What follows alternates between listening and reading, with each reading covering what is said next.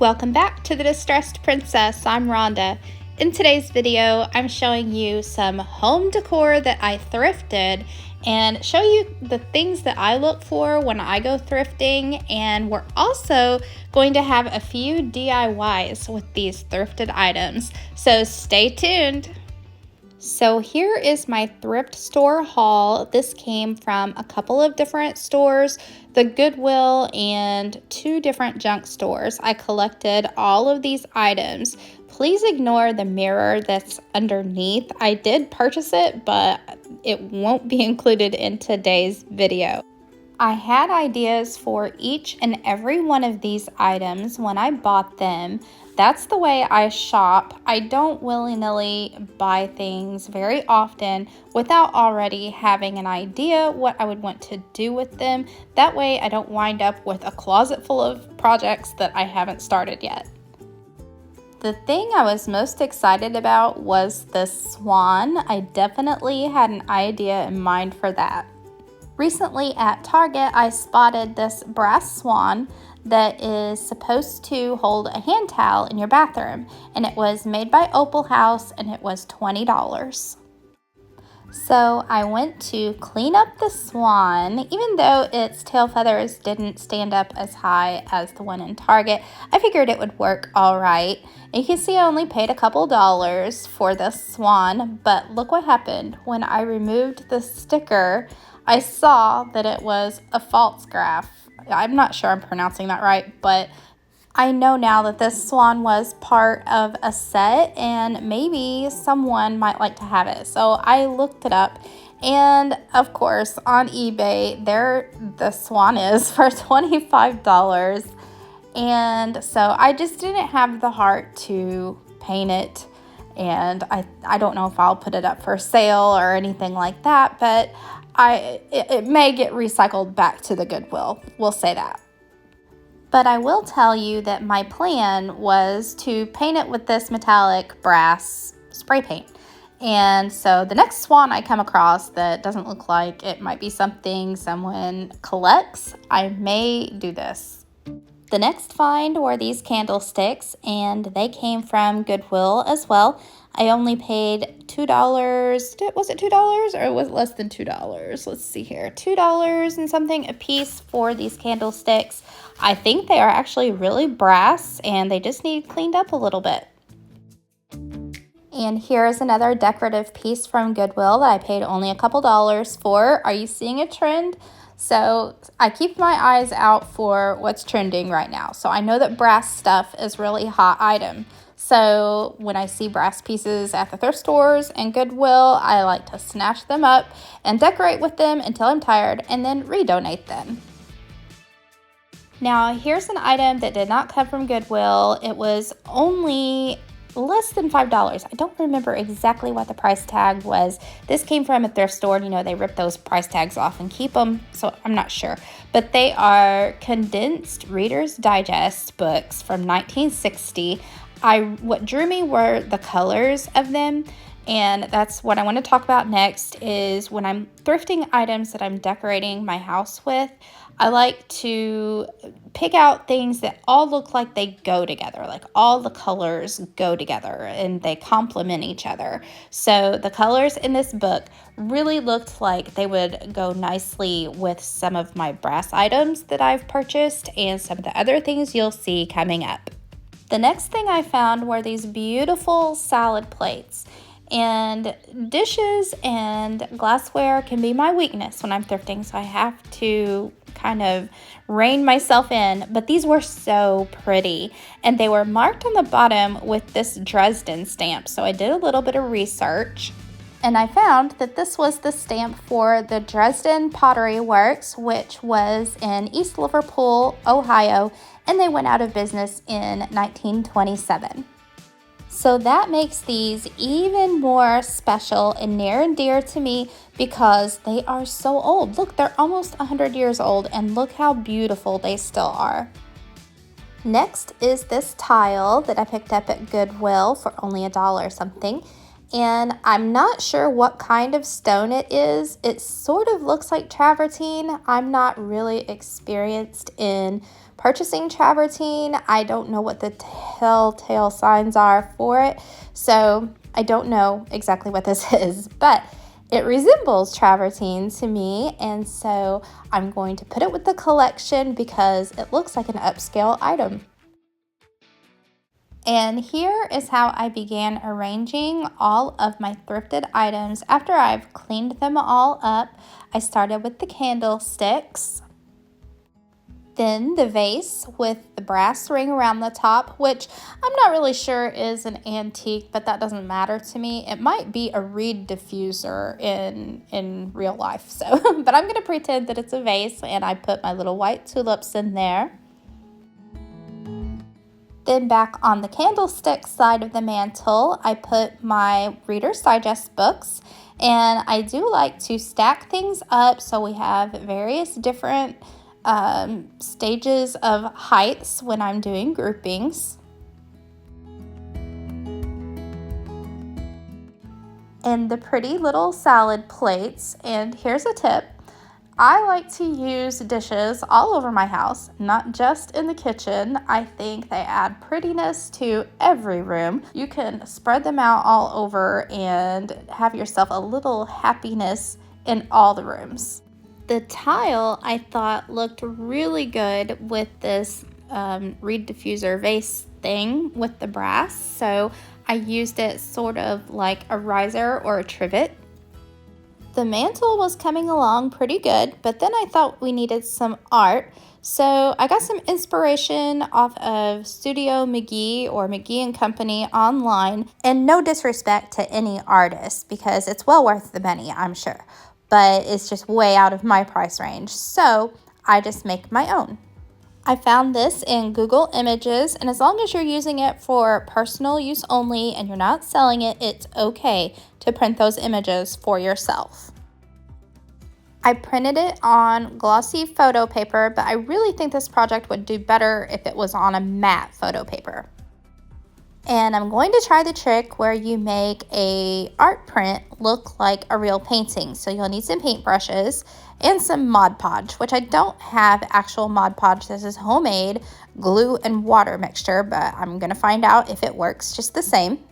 And all you do is paint the Mod Podge onto the art print, and you try to mimic the same brush strokes that's in the print, and the Mod Podge is going to look like the paint in the painting, or it's supposed to, so we'll see. Let the first coat dry, and then you're supposed to go back over it a second time. Now I'm going to get a frame ready for the art, and I had this one in my stash, so I liked that it had the brassy tone, but it was just a little bit too, I don't know, kind of bronzy for me. So I got out my gold metallic paint and I did one coat to try to tone that down so that it'll match my other brassy items better. Then I replaced everything back in the frame except for the glass. I put the art print in and then the cardboard backings, but no glass so that it would look like a real painting.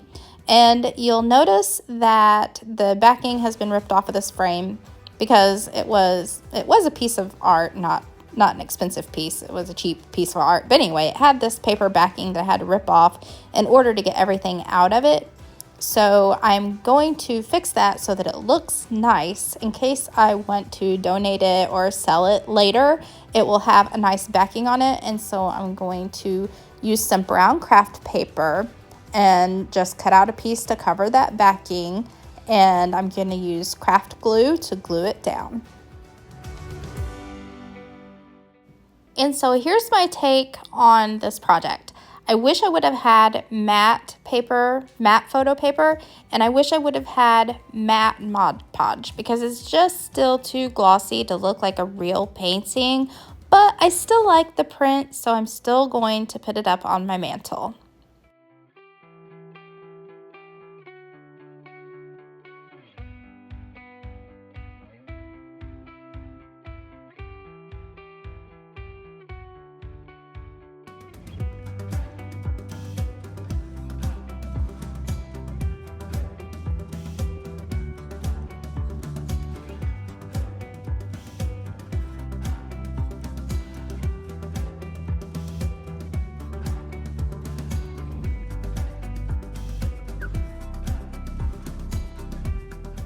And here's how all my thrifted items and my art piece turned out on my mantle.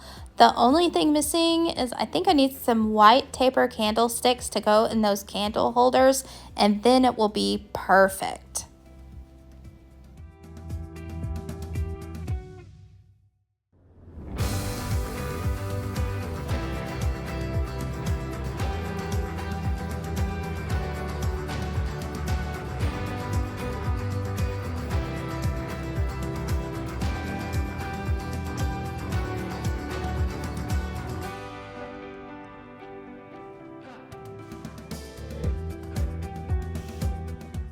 Now back to the pile of thrifted items that's still left in my kitchen to work on. I have this bean pot, which, don't worry, I looked this up and I don't think that it's really worth anything without its lid. So I feel confident that I wouldn't be able to sell it and get much out of it. I'd be much happier if I painted it to look like this Pottery Barn vase that I think is gorgeous. So it's gonna look like old world, weathered, really textured pottery. So to start out with this look, I'm using two different colors of Waverly chalk paint. I'm going to use this mineral color and the truffle color, and I'm going to mix the two together until I get just the right brown that I want for my undercoat. And I painted that brown color all over the whole outside of the pot. Next, I'm going to mix up a white chalk paint and baking soda mixture to go on top of the brown. And so you'll see just about how much of the white chalk paint I poured down into this jar. So it was not very much. And then I used 2 tablespoons of baking soda because I wanted this to be really, really thick. And I wanted it to dry very hard, and I wanted it to dry very textured. Making sure that the brown layer is completely dry, then I applied the baking soda chalk paint mixture. That's hard to say. So I put it on, not in any one direction, because I just wanted it to, well, I was mimicking the picture off of Pottery Barn. So it looked like to me that the old pottery was kind of willy-nilly like that. So I just tried to make it look like the picture. Then I went back with a little added texture by stippling with my paintbrush and pouncing all over, so it wasn't like brush marks, it was more like making tiny little peaks in the paint.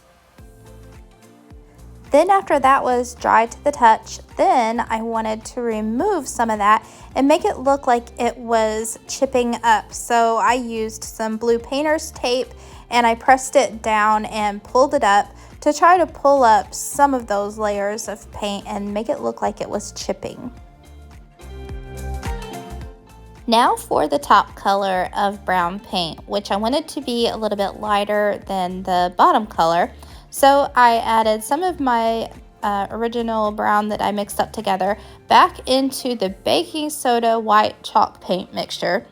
So this is going to have a baking soda consistency too, but I didn't add any more baking soda, just what was already in the white paint. So I'm mixing the two of those together, and then I'm going to just put some of that brown around on the top and around on the bottom, again trying to mimic what I saw in the picture. The Pottery Barn piece looked like it had grooves in the pottery, so to try to replicate that, I didn't let the brown paint dry completely.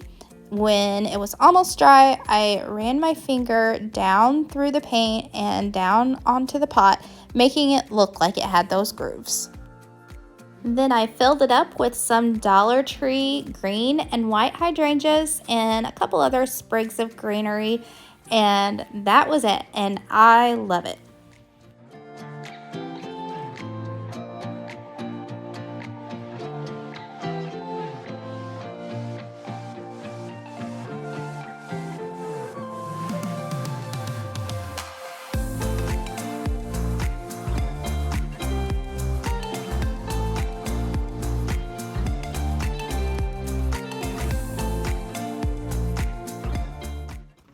Now I had these little eggs that I thrifted, And I had the idea that I would like to do a hydro dip on them and make them look like marble eggs. So the first step in this is to spray paint the eggs with white spray paint. To do a hydro dip, you're going to need a trash can or a bucket with a liner and fill it about halfway up with water. My eggs are completely dry, so now I'm going to add the paint to the water. I wanted classic marble colors, so I'm using white, gray, and black.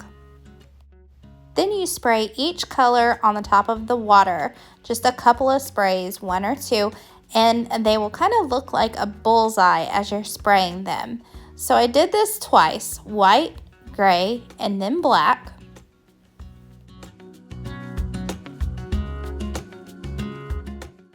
And I was kind of lucky that these eggs had a hole in the bottom that I could stick my finger in so that I could dip them into the paint. So you're supposed to just dip it in and pull it out and you're going to have that marbled effect. But I'm new at this. This is the first time I've ever tried this, so I dipped it again. And I dipped it one more time after that. And it looked like marble to me, but maybe I'm supposed to mix the paint up a little bit before I dip. I'm not sure, but it looked like marble, so I was happy.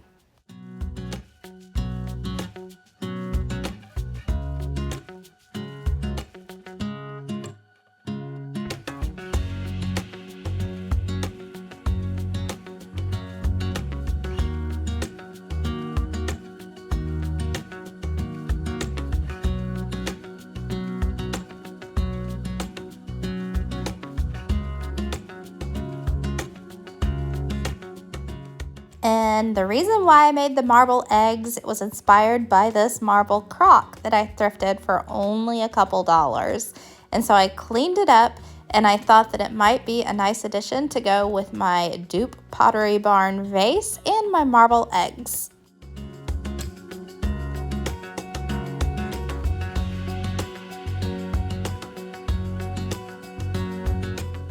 Time for a cute cat video.